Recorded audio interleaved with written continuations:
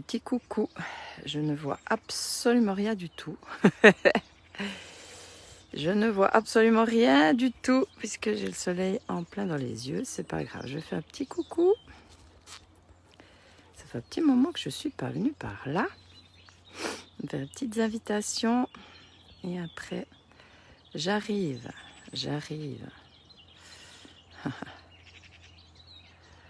Hop. Oh là.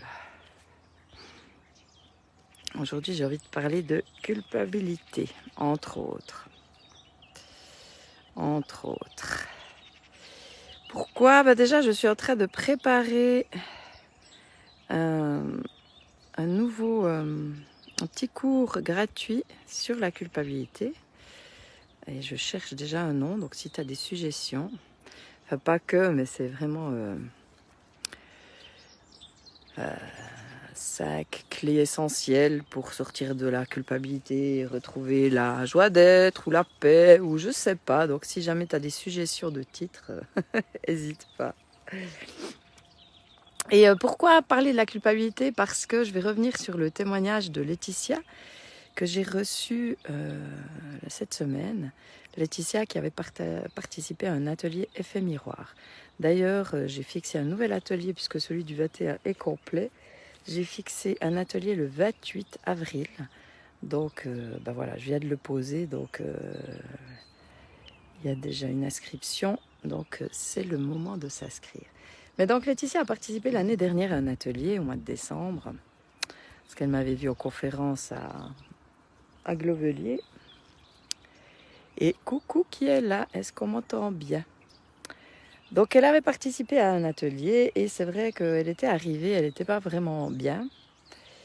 Elle était pas bien, elle était surtout préoccupée par son fils qui se sentait pas bien, qui était pas heureux, qui voulait pas parler, qui était vraiment pas bien. Et elle s'en voulait beaucoup, donc d'où justement cette idée de parler de culpabilité, parce que justement elle se sentait coupable, elle croyait que c'était de sa faute si son fils n'était pas bien.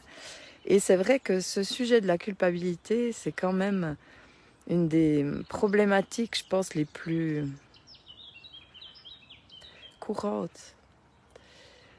C'est celle que je vois le plus parmi les gens qui viennent me voir. C'est ce sentiment toujours de se sentir coupable pour ce qu'on a fait, pour ce qu'on n'a pas fait, pour ce qu'on aurait pu faire, pour ce qu'on aurait dû faire, pour ce qu'on aurait dû faire autrement, bref.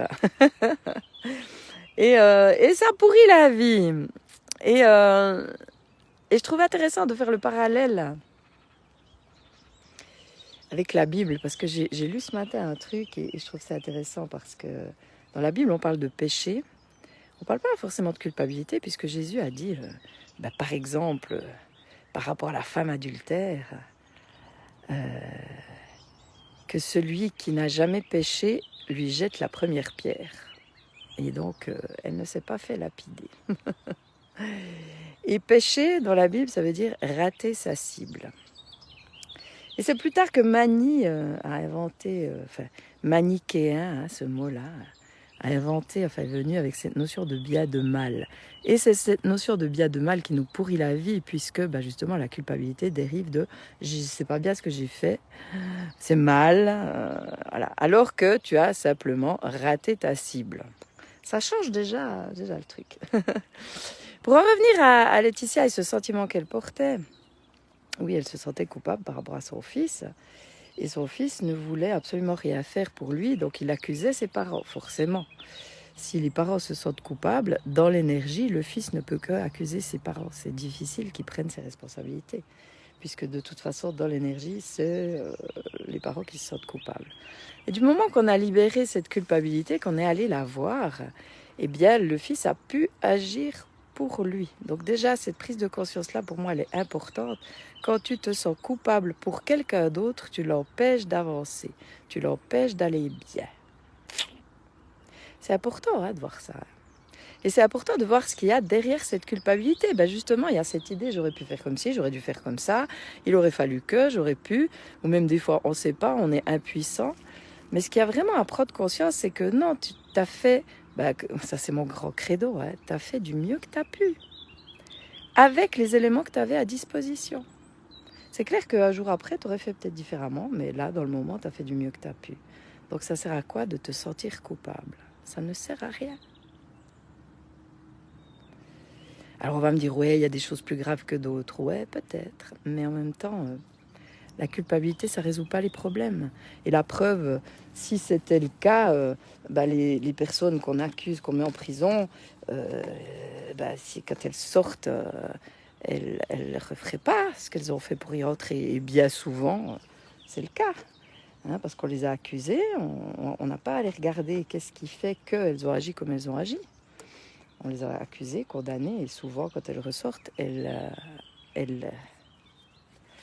font pareil, parce qu'on n'est pas allé au cœur du problème. Et moi, j'aime bien aller au cœur du problème. C'est ce qu'on fait notamment dans les ateliers Effets Miroirs. Hein. On va au cœur du problème, aller reprendre notre responsabilité. Parce que c'est là, souvent, justement, aussi, la difficulté avec prendre ses responsabilités. Ça veut dire quoi, prendre ses responsabilités? Ça veut dire assumer nos actes. Ça veut dire assumer que oui, j'ai raté ma cible. La prochaine fois, je ferai peut-être autrement. Et prendre nos responsabilités, c'est si j'ai raté ma cible là, c'est de prendre un petit peu de recul sur soi et puis de s'interroger soi-même. Qu'est-ce qui a fait que ça n'a pas marché? Qu'est-ce qui a fait que ça se passe comme ça? Et c'est seulement en regardant en soi qu'on peut transformer les choses et ne plus reproduire les mêmes erreurs. Mais si on ne prend pas ce temps avec soi, de voir en nous qu'est-ce qui fait que... Non, chut, il n'y a pas de souris. Qu'est-ce qui fait que... Et ce n'est pas forcément de l'analyse, hein, c'est vraiment comme une forme de méditation, de langage, de communication avec soi-même, quoi. Et d'honnêteté surtout, de se voir vraiment en face. Parce que des fois, on rate sa cible parce qu'on n'est peut-être pas préparé, parce qu'on ne sait pas. Alors, on peut acquérir des outils, des moyens, des connaissances qui nous permettront de ne pas la rater la prochaine fois. Et ça ne sert à rien de se culpabiliser ou de s'en vouloir. Parce que de toute façon, c'est fait. On ne peut pas revenir en arrière. Par contre, on peut faire autrement la prochaine fois. Et voilà, et ça, c'est important. Et cette notion de bien et de mal, elle nous pourrit la vie parce que, déjà, ce qui est bien pour moi, c'est pas forcément bien pour toi. Donc, il n'y a pas de généralité. Alors, on va me dire, oui, tuer, ça se fait pas, mais on ne sait pas, hein, voilà. Je me souviens toujours de cet atelier avec Nasrin Reza, qui partageait l'histoire d'un jeune garçon qui avait tué son père, voilà, et qui se sentait coupable. Et en fait, s'il avait tué son père, c'est parce que son père aurait tué sa mère. Donc voilà, c'est pas que c'est relatif, mais tu vois. Donc elle l'a aidé à sortir de la culpabilité, parce que ça sert à rien. Et c'est faire la paix avec soi. Et des fois, c'est clair que nos actes dépassent notre conscience, on va dire. Enfin, des fois, on n'est pas conscient de ce qu'on fait. Et au lieu de se taper dessus, c'est comment je peux apporter plus de conscience. Qu'est-ce qui est en jeu? Et justement, au lieu de se taper dessus, c'est se dire, tiens, mais pourquoi? Qu'est-ce qui fait que je suis si mal, que j'ai agi comme ça? Ça nous amène toujours à nous voir, parce que quand on est bien avec soi-même, on est forcément bien avec l'autre. Quand on se respecte soi-même, on va forcément respecter l'autre. C'est pas possible autrement, puisque ça commence par soi, ça commence en soi. Je vois que c'est un truc difficile à intégrer, mais une fois qu'on l'intègre vraiment, on comprend, parce que finalement c'est tellement simple et tellement logique. Mais j'observe à quel point c'est difficile à intégrer. Pourquoi? De nouveau, parce que dans l'enfance, il y a des traumatismes, ou alors qu'on porte des choses non résolues de nos parents, des choses inconscientes. Et c'est là que l'accompagnant, le thérapeute, ou je sais pas quoi, peut aider à voir les choses différemment. Parce que souvent soi-même, coucou qui est là, est-ce qu'on m'entend bien? Coucou Nasser. Souvent soi-même, on ne se voit pas. On ne se voit pas, on ne voit pas ce qui est en jeu. Et c'est compliqué. Et ça me fait penser à une personne qui m'a contactée, une personne qui est aussi dans les soins, qui me dit, ouais, je pensais que j'allais y arriver toute seule, je voulais pas demander de l'aide, hein, ça c'est aussi un truc, je suis forte, je me débrouille tout seul, ou je suis fort, je me débrouille tout seul, mais je vois que là, je m'en sors pas. Donc, on a besoin de regard extérieur pour aller voir qu'est-ce qui fait qu'on agit comme on agit. Viens là, Ben. Viens, allez.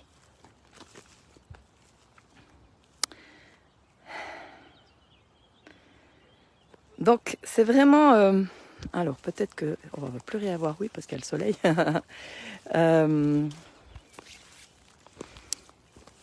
Moi, je t'invite à te poser ces questions quand tu rates ta cible.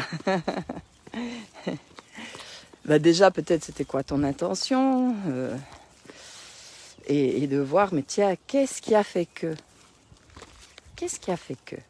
Et puis voilà, bah, par rapport aux enfants, comme cette histoire-là de Laetitia, donc je vais continuer l'histoire quand même. Donc son fils, avant qu'elle vienne à l'atelier, rendait ses parents, oui, il fait beau chez moi, rendait ses parents responsables de ce qui lui arrivait, ou coupables plutôt, culpabilisait ses parents. Et en allant voir la culpabilité la libérer, le lendemain, il a contacté sa mère en lui disant qu'il se rendait bien compte qu'il n'était pas bien et qu'il voulait faire quelque chose. Et c'est allé très vite après. Puisqu'il est venu me voir, on a fait 3 séances et on a fait quelques séances et c'était réglé. Alors parce que c'est clair qu'à 20 ans, ça va beaucoup plus vite qu'à 50 ans. Viens ici. Mais quoique, ça dépend des personnes. Alors voilà, toutes ces histoires-là, cette culpabilité, tout ça, c'est toujours en lien avec l'effet miroir. Comment ce que je vis parle de moi. L'effet miroir, il est partout. Hein. Nos situations, nos rencontres, nos expériences de vie sont des miroirs de notre intérieur. Quand on est d'accord de regarder en nous, on peut tout changer. Hein. Ben, comme par exemple, quand on a peur qu'il nous arrive des bricoles, qu'on est tout le temps en train de craindre quelque chose, eh ben, il y a 99% de chance, 99% de chance que ces choses qu'on craint nous arrivent. C'est comme ça, puis c'est pas une chance, c'est un risque. C'est comme ça, on projette, nous sommes créateurs. Alors après, il n'y a pas à s'en vouloir, à se sentir coupable de ce qu'on crée. Mais c'est quand même un fait que nous sommes créateurs de notre réalité. Et plus on est conscient de nos pensées, de nos croyances. Coucou Anne. Coucou Ayoub. Bah dis donc. Toutes des personnes que j'ai jamais vues, Nasser, sauf erreur, c'est la première fois. Donc prenons conscience de ce qu'on crée, de ce qu'on émet, et ne nous sentons pas coupables pour ce qu'on crée, mais choisissons peut-être de créer autre chose. Et c'est rigolo parce que, viens voir. Ayoub, ça vient d'où? Parce que j'ai un client en Tunisie, j'ai une cliente au Maroc. Alors Ayoub, j'ai l'impression que ça vient un petit peu de par là-bas, non? Alors peut-être que tu es en France ou je sais pas, mais dis-moi l'origine de ce prénom comme Nasser aussi. C'est rigolo. Je trouve c'est marrant par rapport aux personnes que je côtoie ces temps. Ben, ouais. Comment ça résonne? Bah bon, vous êtes arrivé un peu tard. Du Maroc, voilà. Le Maroc, c'est un pays magnifique que j'adore. Vraiment. De quelle région du Maroc? Algérie. Ah ben voilà. Algérie, Maroc. C'est job chez vous. Job aujourd'hui, pourquoi? Parce que chez vous, c'est vacances. Job. Job ou quoi? Job, ça veut dire quoi? Ayoub, ça veut dire job? Non, je sais pas. Dis-moi. Voilà, ben comment ça résonne cette histoire de culpabilité? C'est quand même un fléau qui nous pourrit la vie. Hein. Et c'est vraiment... Donc, comme vous arrivez tous un petit peu... Ah, le nom de job chez vous. Ah ouais, voilà. Ayoub, ouais. Vous êtes tous arrivés un peu plus tard, donc si ça vous intéresse de voir tout ce que je dis sur la culpabilité, allez voir le début. Et d'ailleurs, moi, je propose des ateliers effets miroirs, donc en présence. Le prochain, c'est le 28 avril, pour ceux qui sont en Suisse, c'est pas très loin de chez moi. Et je vais en proposer en visioconférence par Zoom. Très prochainement, j'ai prévu le 27, à voir si j'arrive à lancer la pub le 27. Mais donc, ce sera en 2 demi-journées, parce qu'un jour derrière l'ordi, c'est trop. Donc, pour aller voir tous ces miroirs, pour prendre conscience de notre pouvoir créateur, pour prendre conscience que notre réalité, c'est nous qui la créons. Alors Ayub créer, c'est magnifique. Moi, Côté culpabilité, c'est qu'un état d'esprit. Ouais, c'est un état d'esprit, comme tu dis, c'est un choix. Bon, c'est quelque chose qu'on porte dans nos gènes hein, quand même. Hein, c'est depuis longtemps, hein, c'est en nous. Mais on peut vraiment le changer. Quand on intègre vraiment profondément qu'à chaque instant, on fait du mieux qu'on peut, mais que l'autre aussi fait du mieux qu'il peut, ben, ça nous amène plus de conscience. Ça nous amène à aller chercher ailleurs et ça fait justement développer une plus grande conscience de qui on est, de ce qu'on peut, de nos actes. Et ça peut être magique. Mais au départ, c'est compliqué. Et c'est quelque chose, vraiment, cette notion de culpabilité que je rencontre beaucoup chez les personnes que j'accompagne. Alors c'est normal, puisque moi j'étais la championne. Hein, je me culpabilisais pour plein de choses. Notamment au départ, d'être une mauvaise mère, enfin plein de trucs. Puis tout ce que j'avais fait, parce que j'assumais pas, je m'en voulais d'être qui j'étais. Coupable d'être moi-même, quoi. Coupable d'écouter mes envies, mes besoins. Bref, et c'est pour ça aussi qu'à un moment donné, j'ai aussi tout coupé. Mais c'est pas juste. Bon, ça, c'est une autre histoire.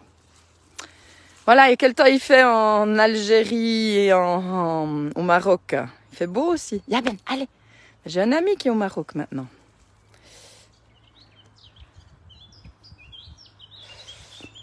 Voilà, en tout cas, si cette histoire de culpabilité vous intéresse, donc je suis en train de préparer une mini formation sous forme de mail, 5 mails, justement pour se libérer de la culpabilité. Je disais donc au début que je cherchais un nom, donc si vous avez des idées pour trouver un nom en lien avec la culpabilité, s'en libérer pour vivre plus, je sais pas, voilà. Donc n'hésitez pas à me faire des propositions.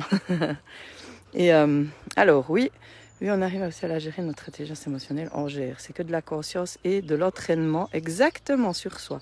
Ouais, j'aime bien l'entraînement sur soi plutôt que le travail. Merci Ayoub, parce que j'entends souvent parler de travail et moi ça résonne plus l'histoire de travailler sur soi. C'est l'entraînement, j'aime mieux. Merci pour ce mot que je pourrais utiliser. De l'entraînement, c'est ce que je dis aux gens que j'accompagne, c'est tous les jours qu'on a à y penser. Au début, c'est un effort, hein, comme quand on s'entraîne pour du sport.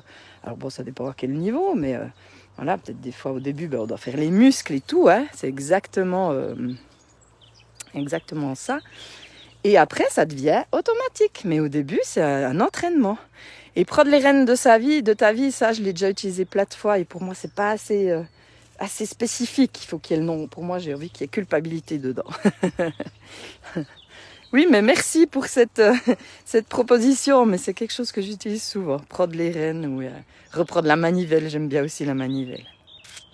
Voilà. En tout cas, oui, un entraînement. Et ça demande d'y revenir et d'y revenir. D'être conscient. De plus en plus conscient. Et plus on... Et ce qui est intéressant dans cet entraînement, c'est que ça nous amène à toujours plus d'amour pour nous.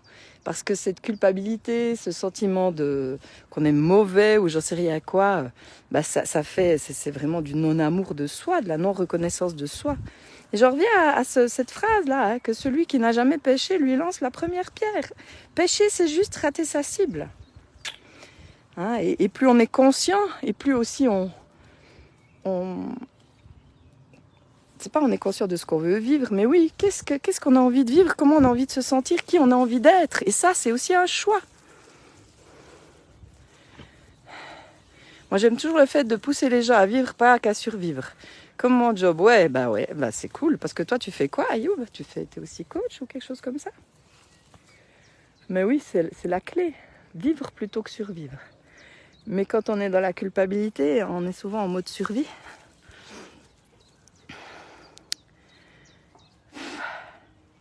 Bon, en tout cas, voilà, je crois que je vais m'arrêter là. C'était cool d'échanger et de découvrir de nouvelles personnes. Alors bon, Nasser, je ne sais pas s'il est toujours là, mais Ayoub, enchanté. Et puis voilà, donc je rappelle que le 28 avril, il y aura un atelier effet miroir à Cours, donc dans le Jura bernois, donc en Suisse. Moi, je suis en Suisse. Et que je prévois un atelier en vidéoconférence sous la forme de 2 demi-journées. L'effet miroir, comprendre l'effet miroir, les clés de la liberté. Pour aussi dire, reprends les rênes de ta vie grâce à l'effet miroir. C'est la même chose parce que c'est vraiment ça.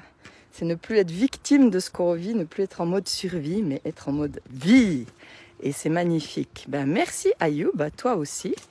Et puis, ben voilà, tu me diras, si tu veux me faire un MP pour me dire ce que tu fais, c'est avec joie. Voilà, alors, instituteur. Ah, super.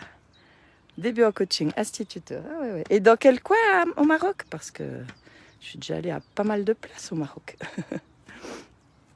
Super. Bon, j'attends juste la réponse. En tout cas, bah, prenez soin de vous. Et pas d'hésitation. S'il y a des questions et s'il y a des suggestions de titres pour la culpabilité, eh ben, je suis preneuse. Et là, mon chien a disparu, donc je vais vous laisser et l'appeler parce que ça va faire mal aux oreilles si je l'appelle. Alors, belle journée, à bientôt, au plaisir de nos futurs échanges. Bye bye, prenez soin.